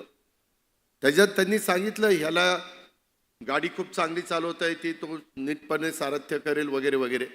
पण ह्या पद्धतीचं हे सगळं चाललेलं आहे. माझा कृपा करून त्याच्यावर तुम्ही असल्या गोष्टीवर विश्वास ठेवू नका. प्रवक्त्याच्या बद्दलची पण जबाबदारी आनंद आता तुझ्यावर त्या ठिकाणी टाकलेली आहे. बाकीच्याही प्रवक्त्यांनी काही, आता सगळीकडं फोनची व्यवस्था आहे, जर एखादं वक्तव्य करत असताना तुम्ही कुणाला विचारलं प्रमुखांना ह्याबद्दल, मला आठवते नवाबाई इथं बसलेत, नवाबाई नेहमी प्रेस घ्यायचे त्यावेळेस जरा माहिती घ्यायचे, ते स्वतः उपजतच त्यांना त्याच्यातली खूप माहिती असल्यामुळं ते परफेक्ट त्याच्याबद्दलची उत्तरं द्यायची. आणि त्यांची प्रेस, आम्हाला प्रफुल्लभाईंना अनुभव आला, देशामध्ये सगळेजण त्यांची प्रेस ऐकायचे, इतके जण लोक त्या प्रेसला महत्त्व त्या ठिकाणी देत होते.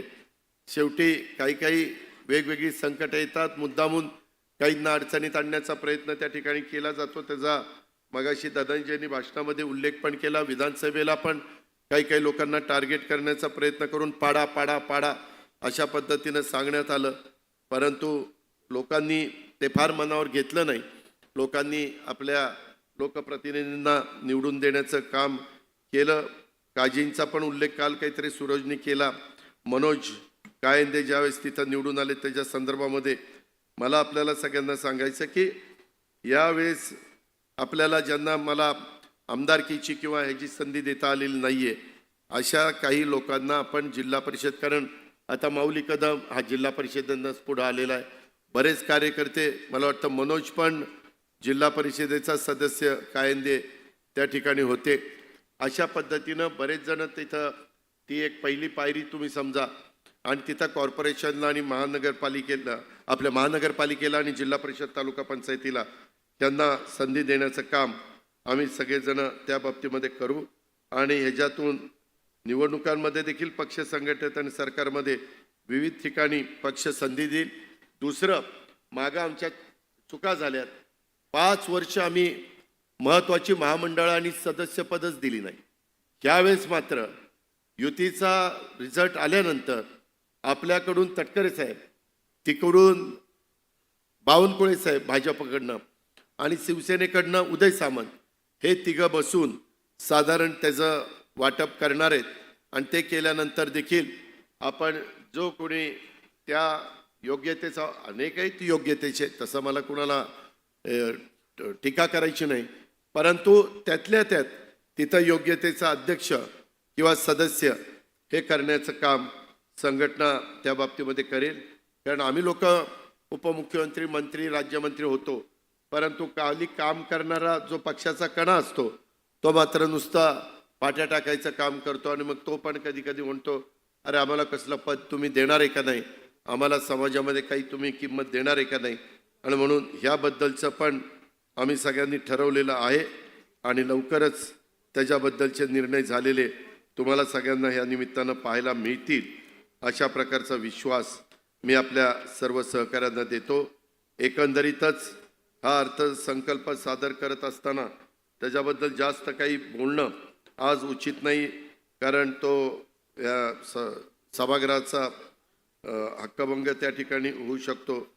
त्याच्यामुळं पण मी एक तुम्हाला पुन्हा पुन्हा सांगतो की काही योजना ज्या आउटडेटेड झालेल्या आहेत किंवा काही ठिकाणी त्या लाभार्थ्याला तो लाभ देण्याची गरज नाही कारण त्याची ऐपत आहे, अशांच्या बाबतीमध्ये मात्र काही वेगळ्या प्रकारचा निर्णय घेण्याच्या मनस्थितीत, मी लगेच घेतला असं म्हणत नाही, मनस्थितीत, कारण काय आपण एकटेच निर्णय घेणार नाही. त्याच्यामध्ये देवेंद्रजींच्या बरोबर बोलावं लागेल, एकनाथरावजींच्या बरोबर बोलावं लागेल, थोडंसं संघटनेचे अध्यक्ष म्हणजे आत्ता 3 नावं घेतली त्यांच्याबरोबर पण त्या ठिकाणी चर्चा करावी लागेल. आणि हे सगळं करत असताना ज्यावेळेस आमची कॅबिनेट असती ती कॅबिनेट 42 लोकांची आहे, त्यांना पण त्याच्यामध्ये थोडं विश्वासात घेऊन, पण काही बाबतीमध्ये मात्र आम्हाला तशा प्रकारची पावलं ही उचलावी लागणार आहेत. अशा प्रकारचं आपण नोंद या निमित्तानं घ्यावी, कारण हे राज्य पुरोगामी विचारांचं राज्य आहे. याला एक वैचारिक बैठक आहे. स्वर्गीय यशवंतराव चव्हाण साहेबांनी अतिशय सुसंस्कृतपणा तुमच्या माझ्या राज्याला त्यावेळेसपासून शिकवलेला आहे, त्याच्यापासून देखील आपल्याला बाजूला जायचं नाही.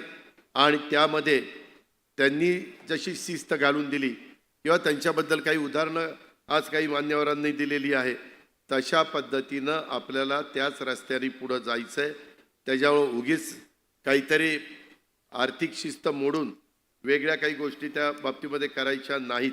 कारण उद्या जनता म्हणेल की आम्ही तुम्हाला 5 वर्षाच्या करता निवडून दिलेलं होतं, तुम्हाला समजत नव्हतं का राज्य कशा पद्धतीनं करायचं. आणि म्हणून ह्या गोष्टीची नोंद देखील आपण सगळ्यांनी घ्यावी. आपला राष्ट्रवादी काँग्रेस पक्षाची स्थापना होऊन जवळपास आता 25 वर्ष पूर्ण झालेली आहे आणि पक्षाने रौप्य महोत्सव गाठलेला आहे. एका अर्थानं आपला पक्ष 25 वर्षाचा झालेला आहे, म्हणजे ऐन तारुण्यामध्ये म्हणजे आलेला आहे. आता त्याचा सळसळतं उत्साहाचा ताकदीचा उपयोग राज्याच्या देशाच्या विकासाच्या सर्वसामान्यांच्या कल्याणासाठी आपल्याला सगळ्यांना करायचा आहे. परवा मला प्रफुल्लभाई पण म्हणले, अजित एकदा ह्या महिन्यात किंवा पुढच्या महिन्यामध्ये एखादा शुक्रवारीच ना, शुक्रवारी किंवा शनिवारी नॉर्थची जी राज्य आहेत जिथं राष्ट्रवादी काँग्रेस पक्षाची ताकद आहे, पक्षाचे आमदार आहेत, अशा ठिकाणी आपण आम्ही जाणार आहोत आणि तिथल्या सगळ्या आपल्या पक्षाच्या सहकाऱ्यांना बोलून त्यामध्ये आम्ही त्यांच्याशी चर्चा विनिमय करणार आहोत की त्यांनाही असं वाटतं कामा नये की आमच्याकडं कुणी लक्ष देत नाही, दुर्लक्ष करतायत, असंही त्या बाबतीमध्ये होता कामा नये. त्याच्याबद्दल जर तुम्हाला सांगायचं झालं तर आपण हे महाराष्ट्रातलं जे काही झालं ते तुम्हाला माहिती आहे, परंतु अरुणाचल विधानसभेत देखील आपले 3 उमेदवार आमदार निवडून आलेले आहेत, ते सुद्धा मोठं यश होतं. निक कामिन, त्याच्यानंतर लिखा सोनी आणि टोटो टाटुंग असे 3 जण विधानसभेमध्ये निवडून आलेले आहेत. तिथं पण 6 लोक फार कमी मतांनी हरले. त्याच्यामध्ये तिथं सगळे मिळून आपल्याला 10.43% मतं राष्ट्रवादी काँग्रेस पक्षाला मिळालेली खरेच अभिमानाची बाब आहे. आणि एकंदरीतच आपल्याला आमचं सगळ्यांचं, तुमच्या सगळ्यांच्या मदतीनं, आपल्या सगळ्यांच्या प्रयत्नातनं राष्ट्रवादी काँग्रेस पक्षाला पुन्हा एकदा राष्ट्रीय पक्षाचा दर्जा मिळून आपल्याला द्यायचा आहे. आणि त्याच्यामुळे या पुढच्या काळामध्ये आपल्या राष्ट्रवादी काँग्रेस पक्षाची सदस्य संख्या वाढून पक्षाला एक व्यापक जनाधार मिळवून देण्याचा आपल्या सगळ्यांचा प्रयत्न राहणार आहे. लोकसभा विधानसभेनंतर स्थानिक स्वराज्य संस्थांच्या निवडणुकीमध्ये देखील आपल्याला पूर्ण ताकदीनं उतरायचं आहे. त्यासाठी आपण सगळेजण मिळून काम करायचं आहे. मला विश्वास आहे की येणाऱ्या काळामध्ये राष्ट्रवादी काँग्रेसच्या कार्यकर्त्याच्या बळावर पक्षाला पुन्हा राष्ट्रीय दर्जा मिळाल्याशिवाय राहणार नाही. त्यासाठी आपल्या सर्वांच्या सहकार्यानं मी कायम काम करीत राहीन हा देखील शब्द या निमित्तानं देतो. मी दुसरं एक तुम्हाला सांगतो की माझ्या जसा विधानसभेच्या निवडणुकीच्या निमित्तानं आम्ही काही लोकांनी दौरे केलेले होते तशाच पद्धतीचे दौरे महाराष्ट्रामध्ये आम्ही करायचं ठरवलेलं आहे. त्याच्यामुळं थोडं ज्या बाबतीमध्ये जिल्हाध्यक्ष किंवा काही जण कमी पडत असतील किंवा काही त्यांना अडचण असेल तिथं काही ठिकाणी पदाधिकारी बदलले जाणार आहेत. काही ठिकाणी आपल्याकडं कुणीच तिथं नाही आहे किंवा ही भूमिका घेतल्यानंतर काही आपल्याबरोबर आले म्हणून ते कंटिन्यू तिथं राहिले आणि त्यांना कशाला आता काढायचं. पण आता मात्र आपल्याला उद्याची 5 वर्षाची आखणी करायची, जुळवणी करायची, आपली सगळ्यांचं ती कामाची एक पद्धत करायची. त्यामुळं काही बाबतीमध्ये मात्र मग त्याच्यामध्ये महिला असतील, युवक असतील, युवती असतील, राष्ट्रवादी काँग्रेस पक्ष असेल, इतर सेल असतील, त्याही संदर्भात आम्हाला निर्णय घ्यावे लागणार आहेत आणि ते आम्ही घेणार आहे. दुसरी गोष्ट, काही जिल्हाध्यक्षांना मी सांगितलं होतं तुम्ही नका या भानगडीत पडून उभं राहण्याच्या. उभे राहिले, डिपॉझिट जप्त झाली, परत बारकी तोंड घेऊन येतात. दादा आता जाऊ द्या, आता चुकलं आमचं, आता घ्या. आता काही पदर पण फाटलीत, सगळे पदरात घ्यायची सारखी परिस्थिती राहिली नाही.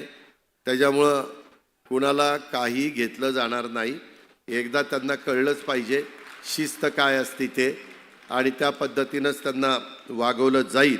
ह्याची पण नोंद ह्या शिबिराच्या निमित्तानं ज्यावेळेस आपण घड्याळ तेच पण वेळ नवी हे आपण म्हणतो त्यावेळेस आपण ह्या गोष्टीची पण नोंद आपण घ्यावी.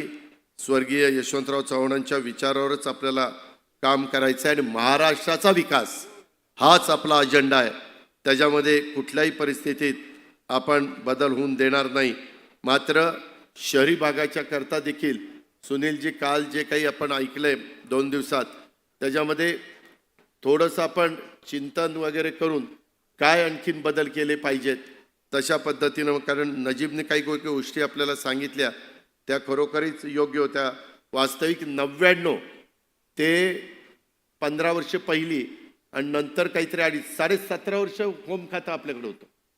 वास्तविक गृह खातं शहरी भागात खूप काही करू शकतं पण दुर्दैवाने आपल्याला ते करता आलं नाही. किंवा मुंबईसारखं पालकमंत्रीपद पण आपल्याकडे जवळपास 15-1 वर्ष होतं पण त्याचाही आपल्याला म्हणावा असा फायदा करता आलेला नाही आहे. हे आता मागचं काढण्यात अर्थ नाही पण ही फॅक्ट आहे. राज्याचं हित, सर्वसामान्यांचं कल्याण आणि आपल्या पक्षाची वाढ हेच आपलं सगळ्यांचं टार्गेट असलं पाहिजे. आणि कुठल्याही परिस्थितीमध्ये अल्पसंख्याक विभाग आणि अवकाफ हा देखील राष्ट्रवादी काँग्रेस पक्षाकडे आहे आणि त्याच्यामुळं या क्षेत्रामध्ये काम करत असणाऱ्या माझ्या सहकारी मित्रांनी दत्तामामाला भेटत चला, मला भेटत चला, संघटनेच्या पदाधिकाऱ्यांना भेटत चला आणि काय गोष्टी केल्या पाहिजेत, कशा पद्धतीनं केल्या पाहिजेत. काही गोष्टी आपण मागे केल्या परंतु तेव्हा वेळ फार कमी होता आणि त्याच्यातून आम्हाला त्याची अंमलबजावणी ठराविकच भागामध्ये थोडीफार करता आली. ते पण जरा दुरुस्त करण्याचं काम. आणि हा पक्ष सर्व जाती धर्माचा आहे, इथं कुठलाही भेदभाव होत नाही अशा पद्धतीनं प्रत्येकाच्या कृतीमध्ये दिसलं पाहिजे अशी माझी आपल्याला सगळ्यांना आग्रहाची विनंती आहे. राष्ट्रवादी हा कार्यकर्त्यांचा पक्ष आहे, हा नेत्यांचा नाही तर तो कार्यकर्त्यांचा म्हणून ओळखला जावा. आपल्याला बऱ्याचदा असं संबोधलं जायचं वेगवेगळे सरदार हे त्या भागातले गोळा केले आणि त्यांचा झालेला हा राष्ट्रवादी काँग्रेस पक्ष आहे असं मागं बोललं जायचं. तसं नाही आहे. हा कार्यकर्त्यांचा पक्ष आहे. पक्षाच्या सर्व संघटनांचा अधिकाधिक विस्तार हा त्या प्रमुखांनी केला पाहिजे. नेत्यांसोबत फिरण्यापेक्षा लोकांच्या मध्ये फिरण्याचं काम आपण सगळ्यांनी केलं पाहिजे. आपला पक्ष हा सर्वसामान्य लोकांचा आहे, ही प्रतिमा लोकांच्या मध्ये असायला हवी.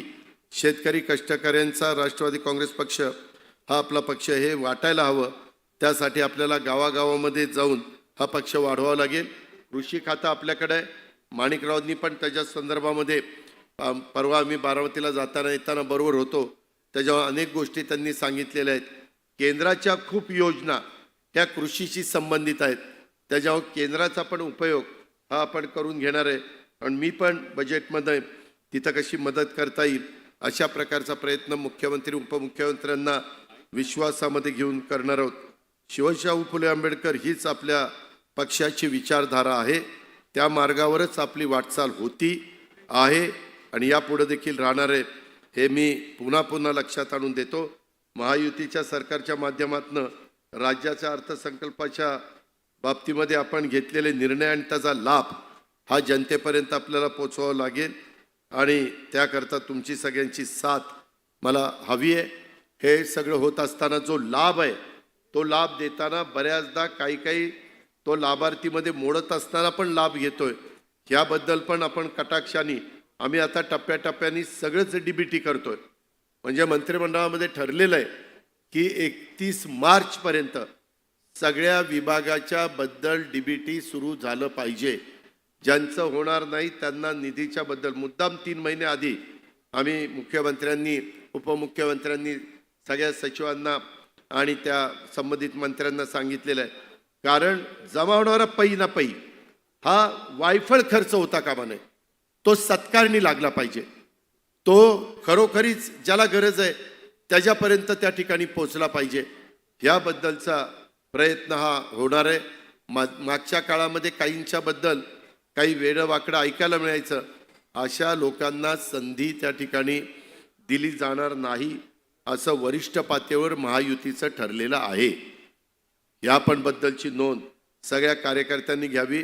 कार्यकर्त्यांनी पण उगीच काहीतरी रात्रीच मोठा कॉन्ट्रॅक्टर होण्याचा प्रयत्न करू नये किंवा मोठं काम पदरात पाडून घेण्याचा प्रयत्न करू नये.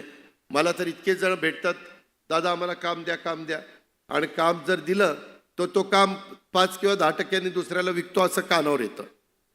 हे असलं पण त्या बाबतीमध्ये चालणार नाही. नियमाने सगळ्या गोष्टी चालतील. नियम तोडून जर कोणी वागलं तर त्याला पाठीशी घातलं जाणार नाही. त्याच्या चुकीच्या गोष्टीवर पांघरून घातलं जाणार नाही. हे मी आपल्याला अतिशय स्पष्ट सांगतो. कारण एक्साईज आणि GST माझ्याकडे, नाहीतर कुणाचं तरी काहीतरी दुकानामध्ये गडबड करायची, दादा वाचवा ना आता हे जे एक्साईजने पकडलं.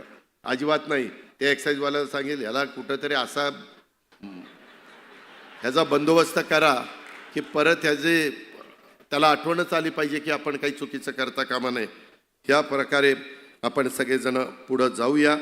आज ज्या 30 लोकांनी वेगवेगळ्या प्रकारच्या सूचना कालपासून केलेल्या आहेत त्याबद्दल पुन्हा एकदा मी आपल्याला सगळ्यांना खात्री देतो, त्याची नोंद घेतो. हां, खूप जणांच्या चिठ्ठ्या मला येत होत्या, प्रफुल्लबाईंना येत होत्या, तटकरे साहेबांना येत होत्या, आम्हाला बोलायचं आहे, आम्हाला बोलायचं आहे, आम्हाला बोलून दिलं जात नाही, आम्हाला मुद्दाम डावललं जातं. असं अजिबात कुणी मनामध्ये आणू नका. आपल्याला आता अनेक शिबिरं त्या ठिकाणी घ्यायची. त्याच्यामध्ये तुम्हाला सगळीकडं आज वेळ कमी होता. संध्याकाळी लग्नाची तीथ आहे. आपल्याला दुपारी ते संपवायचं होतं आणि त्याच्यामुळं आपण ह्या पद्धतीनं विषय घेतलेले होते. परंतु प्रत्येक विभागामध्ये एका जिल्हाध्यक्षांना बोलायची संधी आपण दिलेली आहे. आपल्या नाशिक विभागात अशोक या अहिल्यानगरला अधिवेशन असल्यामुळं अशोकला आपण संधी दिली, नाहीतर तिकडं पण आपण संधी बाळासाहेब सोळसकरला दिली. मला वाटतं विदर्भामध्ये वासेकरला त्या ठिकाणी संधी दिली, काजी साहेबांना पण संधी दिली. अशा पद्धतीनं वेगवेगळ्या प्रतापला मराठवाड्यात आपण संधी दिली. अशा पद्धतीनं अनेक सहकारी मित्रांना, सिद्धार्थला मुंबईचा म्हणून आपण त्या ठिकाणी संधी दिली. या पद्धतीनं आपण बहुतेकांना संधी देण्याचं काम. कोकणातलं ह्यावेळेस आपण संधी दिली नाही का जिल्ह्यात? कोण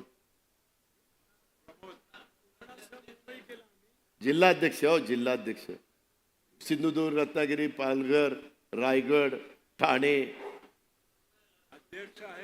हा नाही, अध्यक्ष आहेत. मग अध्यक्ष काय बाकीच्यांचे नाहीत का अध्यक्ष? शेखर सर, तुम्ही लक्षात कसं काय आणून दिलं नाही? ठीक आहे. या ज्या काही गोष्टी त्या ठिकाणी चुकून एखादी राहिलेली असेल तर त्या पद्धतीनं त्याच्यामध्ये लक्ष दिलं जाईल. पण खरोखरीच मला एका गोष्टीचं गंमत वाटते. मी अनेक वर्ष राजकीय जीवनामध्ये काम करणारा एक कार्यकर्ता आहे, परंतु गेल्या 35 वर्षात मी आत्ता मला वाटतं 6व्यांदा उपमुख्यमंत्री झालो ना, 6व्यांदा. एवढी गर्दी माझ्या घरी किंवा मी पुण्याला किंवा कुठं गेल्यानंतर मी बघितलं नाहीये. का सगळे उठून तिथंच येतात मला काही कळत नाहीये. त्यामध्ये त्या त्या खात्याच्या मंत्र्यांच्याकडे पण जायला शिका आणि संघटनेच्या ऑफिसमध्ये पण यायला शिका. सगळ्यांनीच तिथं एक अमकं करा तमकं करा करायच्या वेळेस आपण जरूर वेगवेगळ्या मान्यवरांना संधी देऊ, त्याबद्दल कुणी तीळ मात्र शंका मनामध्ये बाळगू नका. पण 30 कामं घेऊन आता बदल्याचा काळ नाही. बदल्या एप्रिल आणि मार्च एप्रिलमध्ये काहीतरी होणार आहेत, त्याच्यावर सध्या बदल्याचा पण भानगडीमध्ये पडू नका. आणि खरोखरीच कुणावर अन्याय झालेला असेल तर जरूर या ना, तो अन्याय दूर करण्याचं काम आपण त्या बाबतीमध्ये करू ना. परंतु हे टेंडर असं करा आणि ते टेंडर तसं करा, वाहतुकीचं काम मला द्या आणि फलाण्याचं काम ह्याला द्या, हे असलं काही तुम्ही करण्याच्या भानगडीमध्ये पडू नका. मग तुम्हाला संघटनेत इंटरेस्ट आहे काय तुम्हाला ह्या कामामध्ये इंटरेस्ट आहे, त्याचाही विचार शेवटी पक्षाला करावा लागेल. या गोष्टीची पण नोंद जे सारखे येतात त्यांनी त्या ठिकाणी घ्यावी. कामाच्या करता जरूर या.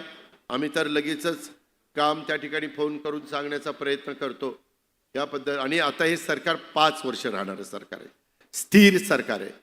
आता कुणी जरी सांगितलं ते पुढं असं होणार आहे तसं होणार आहे हे अमुक होणार आहे, काही होणार नाही. त्यामध्ये आपल्याला आपला पक्ष वाढवण्याचा अधिकार आहे, भाजपला भाजपचा पक्ष वाढवण्याचा अधिकार आहे, शिवसेनाला एकनाथराव शिंदेंचा पक्ष वाढवण्याचा अधिकार आहे. आणि त्यामुळं आपण त्या पद्धतीनं काम करत असताना आपल्याला तिथं स्थानिकांमध्ये काम करत असताना आपल्यामध्ये फार अंतर पण पडता कामा नये. तुम्ही ह्या घेतलेल्या पक्षांच्या नावाच्या पदाधिकाऱ्यांच्या बरोबर देखील संवाद ठेवला पाहिजे, कारण हे महायुतीचं सरकार आहे. आता देखील पालकमंत्री काही आपल्याकडे काही दुसऱ्या 2 पक्षांकडे, त्याच्यामुळे तिथलं पण जे काही कामाची वाटणी होईल त्या कामाच्या वाटणीच्या संदर्भामध्ये किंवा पदाधिकारी कुणाचे किती घ्यायचे ते वरिष्ठ पातळीवर त्या ठिकाणी ठरलं जाईल. पण खरोखरीच त्याचा उपयोग संघटनेला करून देण्याच्या करता तुम्ही सगळ्यांनी सहकार्य केलं पाहिजे. अशा प्रकारे या शिबिराचा समारोप करत असताना मी आपल्याला सगळ्यांना आग्रहाची, नम्रतेची, कळकळीची विनंती करेल. आणि कुठंही गाफील राहू नका, कुठंही हलक्या कानाचा राहू नका. कारण नसताना कुणाच्याबद्दल गैरसमज त्या ठिकाणी करून घेऊ नका. कुणी काही चुकीचं सांगितलं तर त्याचा शहानिशा करून वस्तुस्थिती काय हे पण समजून घेण्याचा प्रयत्न हा माझ्या प्रत्येक सहकारी मित्रांनी केला पाहिजे, कार्यकर्त्यांनी केला पाहिजे. अशा प्रकारची माझी तुम्हाला सगळ्यांना आग्रहाची सूचना राहील. पुन्हा एकदा मी प्रांताध्यक्षांचं त्यांच्याबरोबर हे 2 दिवसाचं शिबिर उत्तम पद्धतीनं पार पाडण्याच्या करता ज्या सहकारी मित्रांनी प्रयत्न केला, आपल्या आशुतोष काळेच्या सगळ्या ग्रुपचं आणि शिर्डीच्या माझ्या राष्ट्रवादी काँग्रेस पक्षाच्या सगळ्या सहकाऱ्यांचं या निमित्तानं मी त्यांना धन्यवाद देतो, त्यांचे मनापासून आभार मानतो. आपण सगळेजण मोठ्या संख्येने उपस्थित राहिल्याबद्दल आपल्याला पण धन्यवाद देऊन आपल्याला पण मनापासून आपले आभार मानतो आणि मी माझे 2 शब्द संपवतो. जय हिंद, जय महाराष्ट्र. आता इथे पक्षप्रवेश होणार आहे, त्यानंतर